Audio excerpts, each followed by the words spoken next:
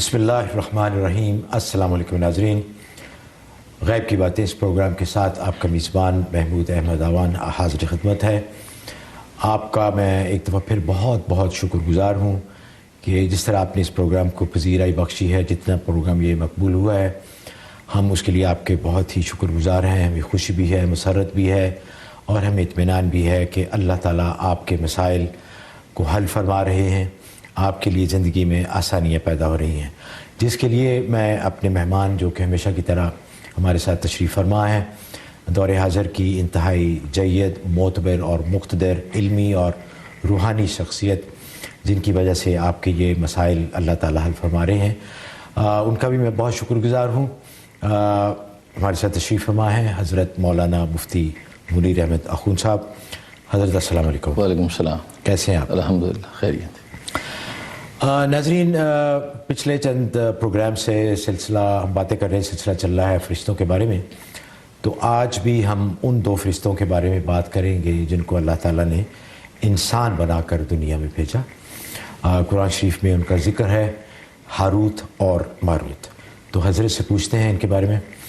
حضرت یہ فرمائیے کہ ان کی کیا وجہ تھی کہ اللہ تعالیٰ نے ان کو دنیا میں بھیجا، ان کے اندر انسانی اور نفسانی خواہشات پیدا کی، تو اس میں کیا اللہ تعالیٰ کی اس میں تھی کہ کیا وجوہات تھیں یا کیا حالات ہیں اس وقت کے، اور کون سے نبی تھے اس وقت کہ جس کی وجہ سے اللہ تعالیٰ نے ان دو فرشتوں کو زمین پر انسان بنا کر بھیجا؟ نحمدہ ونصلی ونسلم علی رسولہ الکریم، اما بعد۔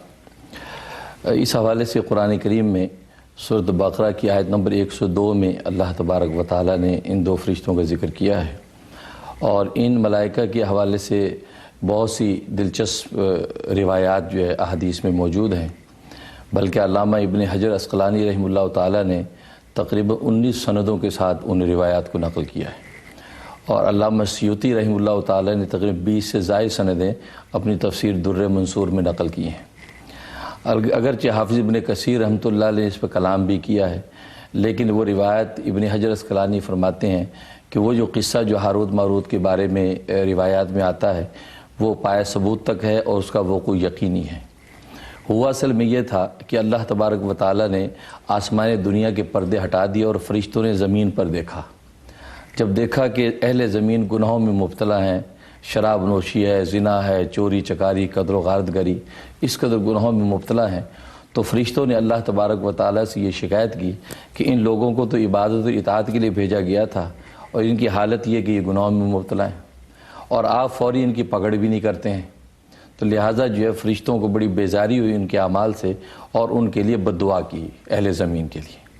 تو اللہ تبارک و تعالیٰ نے فرمایا کہ اصل میں بات یہ ہے کہ یہ اصل میں میری ذات ان سے حجاب میں ہے، پردے میں ہے، اس لیے ان پر میرا خوف کم ہے، اور تم چونکہ ہر وقت میرے پاس ہو، اس لیے تم پر جو حیبت اور خوف اور خشیت طاری ہے اس درجے کی ان پر نہیں ہے، لہٰذا اس لیے ان سے یہ گناہ ہو جاتے ہیں۔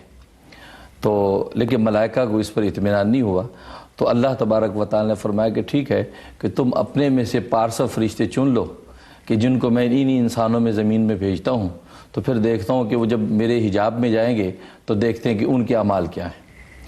تو حدیث میں آتا ہے کہ انہوں نے 3 فرشتے ملائکہ نے پیش کیے، اور ان 3 کو اللہ تبارک و تعالیٰ نے فرمایا کہ تم نے 4 کام نہیں کرنے ہیں۔ ایک تو شراب نہیں پینا ہے، دوسرا زنا نہیں کرنا ہے، تیسرا قتل نہیں کرنا، اور چوتھا بت کو سجدہ نہیں کرنا۔ یہ 4 شرطیں ان کو لگائیں اور ان کو زمین پہ اتارنا چاہا، تو ان میں سے ایک فرشتے نے کہا کہ یہ مجھ سے نہیں ہو سکے گا، میں تو نہیں جاتا۔ اس نے عذر کیا تو ہٹ گیا۔ تو یہ ہاروت ماروت جو 2 فرشتے یہ تیار ہو گئے کہ ٹھیک ہے ہم چلتے ہیں۔ اور عجیب ہے کہ روایات میں آتا ہے کہ یہ فرشتے ملائکہ میں بھی سب سے زیادہ عابد اور زاہد فرشتے تھے، ان کو زمین میں اللہ نے اتار دیا۔ اور حضرت علی رضی اللہ تعالیٰ کی روایت ہے کہ وہ حضرت ادریس علیہ السلام کا زمانہ تھا۔ اچھا، تو یہ فرشتے زمین پر آ گئے۔ ان میں اللہ تبارک و تعالیٰ نے انسانی خواہشات پیدا کر دیں، اور ان کو لوگوں کے لیے تصفیہ اور فیصلوں کے لیے مقرر کر دیا۔ لوگ ان کے پاس اپنے مسائل لے کر آتے تھے، یہ تصفیہ کرتے تھے۔ ایک طویل زمانہ اس میں گزر گیا، یہاں تک کہ ایک دن ایک خاتون آئی جو بڑی حسین و جمیل، حضرت علی فرماتے کہ اس کے حسن و جمال کا یہ عالم تھا کہ جیسے کہ زہرہ ستارہ جو ہے تمام ستاروں میں سب سے حسین ستارہ ہے، اتنی حسین عورت تھی۔ وہ آئی اور اس نے اپنا مسئلہ و فریاد رکھی، تو ان میں اللہ تبارک و تعالیٰ جو شہوات رکھی تھی وہ شہوات ان کی بھڑک اٹھیں، اور ان کے اندر ایک خواہش پیدا ہوئی جو اس کے ساتھ جو برائی کی، اور ان کو دعوت دی کہ تم اپنا بدن ہمیں پیش کرو۔ اچھا، تو اس پر اس خاتون نے کہا کہ نہیں، میری ایک شرط ہے، اور شرط یہ ہے کہ میرے پہ ایک بت ہے، اس بت کو سجدہ کرو، تو میرے دین کے جب ہم نوا ہو جاؤ گے تو پھر میں یہ تمہاری بات پوری کروں گی۔ انہوں نے کہا کہ نہیں، ہماری توبہ، یہ شرک ہم سے نہیں ہوگا۔ تو وہ خاتون چلی گئی۔ تو ایک طویل عرصہ جب جتنا اللہ کو منظور تھا خاموشی رہی، اس کے بعد پھر خاتون آئی، انہوں نے پھر وہی بات کہی۔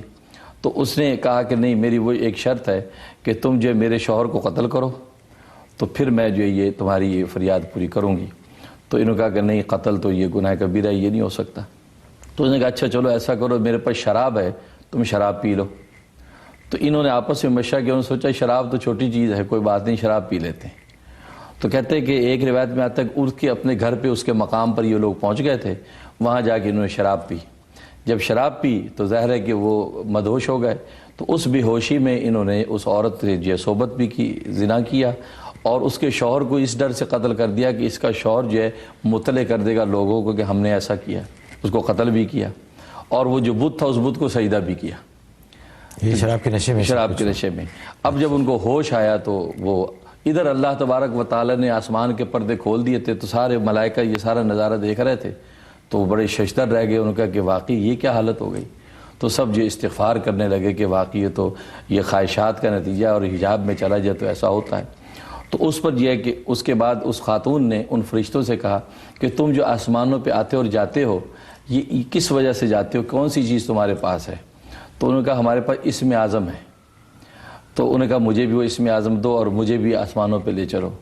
تو وہ ان فرشتے دونوں اس جو ہے وہ زہرہ نام تھا اس خاتون کا، تو اس کو آسمانوں کی طرف لے چلے۔ تو جب آسمانوں تک پہنچے ہیں تو وہاں پر جو اس زہرہ کو تو اچک لیا گیا، اور ان دونوں کے پر کاٹ کے زمین پر پھینک دیا گیا، کہ ظاہر ہے انہوں نے یہ بدکاری کی تھی بطور سزا۔ بطور سزا زمین پر جب پھینک دیا تو یہ ایک عرصے تک سرگرداں پھرتے رہے۔ تو ان کو پتہ چلا کہ ایک نبی ہے یہاں پہ جو جمعے سے جمعے تک ایک دعا کرتے ہیں وہ قبول ہو جاتی ہے۔ انہوں نے سوچا کہ اس نبی کے پاس جا کر ہم دعا کرواتے ہیں تو ہماری توبہ قبول ہو جائے۔ کہ اس نبی کے پاس جب پہنچے ہیں تو اس نبی نے ان کو کہا کہ اللہ کی طرف سے تمہارے لیے جب دو اختیار دیے گئے ہیں، یا تو تم دنیا کا عذاب برداشت کرو یا آخرت کا۔ تو انہوں نے آپس میں مشورہ یہ کیا کہ دنیا فانی ہے، لہٰذا دنیا کا عذاب ہم برداشت کرتے ہیں۔ تو بابل جو علاقہ ہے عراق کے اندر، اس بابل کے علاقے میں روایت میں آتا ہے وہاں ایک کنویں کے اندر ان کو الٹا لٹکا دیا گیا ہے، جو قیامت تک اسی طرح الٹے لٹکے رہیں گے۔ اور بعض روایتوں میں آتا ہے کہ آسمان و زمین کے درمیان ایک مقام ہے، وہاں پر ان کو الٹا لٹکا دیا گیا بطور سزا کے، اور قیامت میں پھر دوبارہ ان کو آسمانوں پر پہنچا دیا جائے گا۔ اچھا حضرت، اس سے یہ بھی پتہ چلتا ہے کہ ایک تو یہ 4 بہت بڑے گناہ ہیں جی جی، جن سے خاص طور پہ منع گیا ہے، شراب نوشی، زنا کاری اور قتل اور بت پرستی۔ اچھا، دوسری بات اس سے یہ بھی پتہ چل کہ انسان جنہوں نے اللہ کو کبھی نہیں دیکھا، جیسے آپ نے خود فرمایا کہ وہ ان پوشیدہ ہیں، اور پھر اتنی نفسانی خواہشات بھی ہیں، تو ان سب چیزوں کے ہوتے ہوئے جو انسان اللہ کے نزدیک یا نیک بنتے ہیں ان کا تو پھر بہت ہی بڑا مرتبہ، بہت بڑا مقام، فرشتوں سے بھی زیادہ، فرشتوں سے زیادہ، کیونکہ فرشتے تو ہر وقت اللہ کو دیکھتے ہیں، ان کے سامنے ہیں، اور ان کے اندر وہ خواہشات بھی نہیں ہیں۔ بالکل یہی وجہ ہے کہ فرشتوں نے جب یہ سب منظر دیکھا تو اس کے بعد سے فرشتوں نے اہل زمین کے لیے استغفار شروع کر دیا، اور آج تک فرشتے اہل زمین کے لیے استغفار کرتے ہیں اور اللہ سے سفارش کرتے ہیں کہ ان کو معاف کر دے، کیونکہ تیرے سے حجاب میں ہیں، ان سے خطائیں ہو جاتی ہیں، کمزور ہیں۔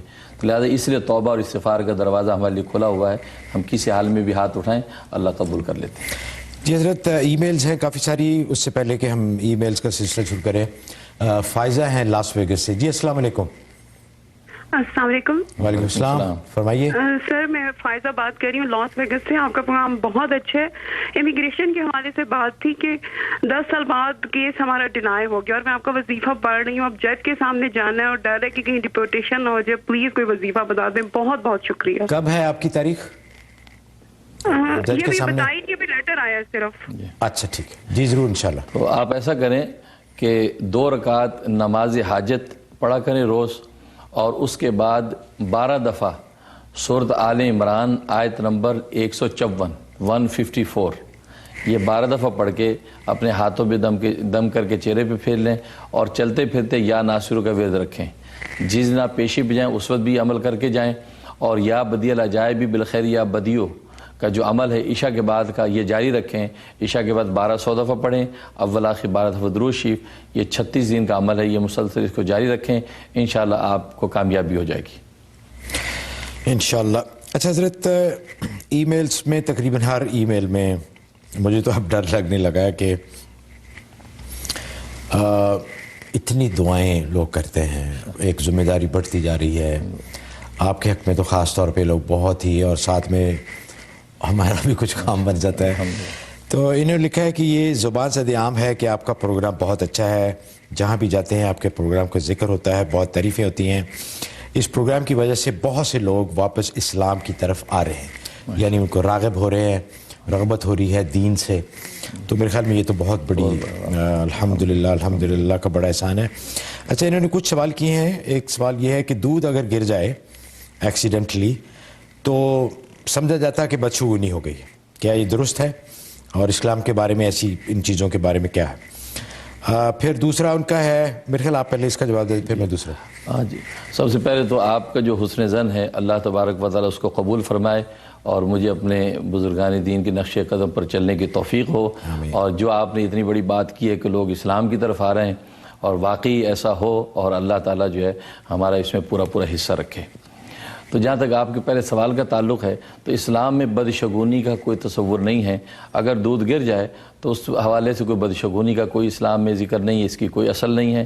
ہاں البتہ یہ کہ دودھ ایک بڑا جو ہے وہ اللہ کے ہاں ایک مقدس چیز ہے, اس کا خیال رکھنا چاہیے. اگر گر جائے تو اس کو صاف کر لینا چاہیے, یا ایسی ناپاک اور گندی جگہ پر دودھ کو نہیں پھینکنا چاہیے.